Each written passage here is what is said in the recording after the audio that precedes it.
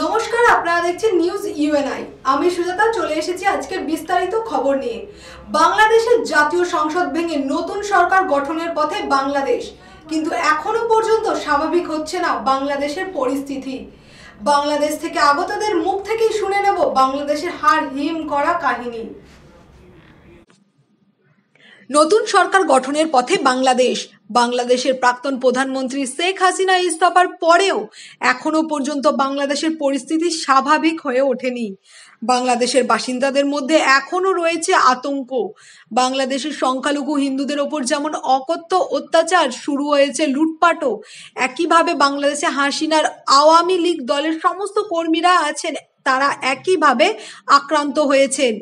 অন্যদিকে বাংলাদেশের জেল থেকে যারা জেলবন্দি ছিলেন জঙ্গি সংগঠনের নেতা ও কর্মীরা, তারা অনেকেই কিন্তু জেল থেকে পালিয়ে গিয়েছেন বলে সূত্রে জানা যাচ্ছে, যার কারণে বাংলাদেশের আমজনতা সন্ত্রাসে ভুগছে। খুব খারাপ।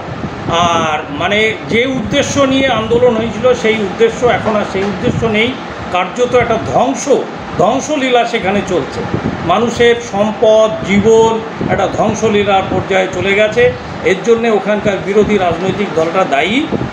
সেই কারণে এই মুহূর্তে কঠিন হাতে ওখানকার যে এখন আর্মি সরকার দায়িত্ব নিয়েছে, তাদের শক্ত হাতে এই আন্দোলন দমন করার জন্যে উঠে পড়ে লাগা উচিত, আমি তাই মনে করি। ছাত্র আন্দোলন শুরু হয়েছিল, কিন্তু ছাত্র আন্দোলন হাতের বাইরে চলে গেছে। অবশ্যই এটা ছাত্র আন্দোলনই ছিল এবং ছাত্রদের দাবিটাও আমরা মনে করি ন্যায্যতই ছিল। কিন্তু সেই ছাত্র আন্দোলন আজকে যে এইভাবে মোড় খেয়ে রাজনৈতিক অভিসন্ধি শুরু হবে, এটা হয়তো ওখানকার বাংলাদেশের বুদ্ধিজীবী সচেতন মানুষদের ধারণা ছিল না। আজকে যে পর্যায়ে গেছে সেটা কাম্য ছিল না। তারাও বুঝবে যে এটা উচিত হয়নি।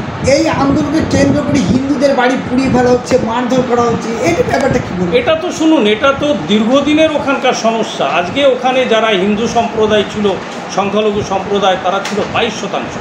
আজকে সেখানে 8.5% এসছে। এবং এই দেশ স্বাধীন হওয়ার আগে এবং পরে এরা বারবার আক্রান্ত হয়েছে, বারবার উৎপীড়ন হয়েছে। आप देख रहे हैं न्यूज UNI।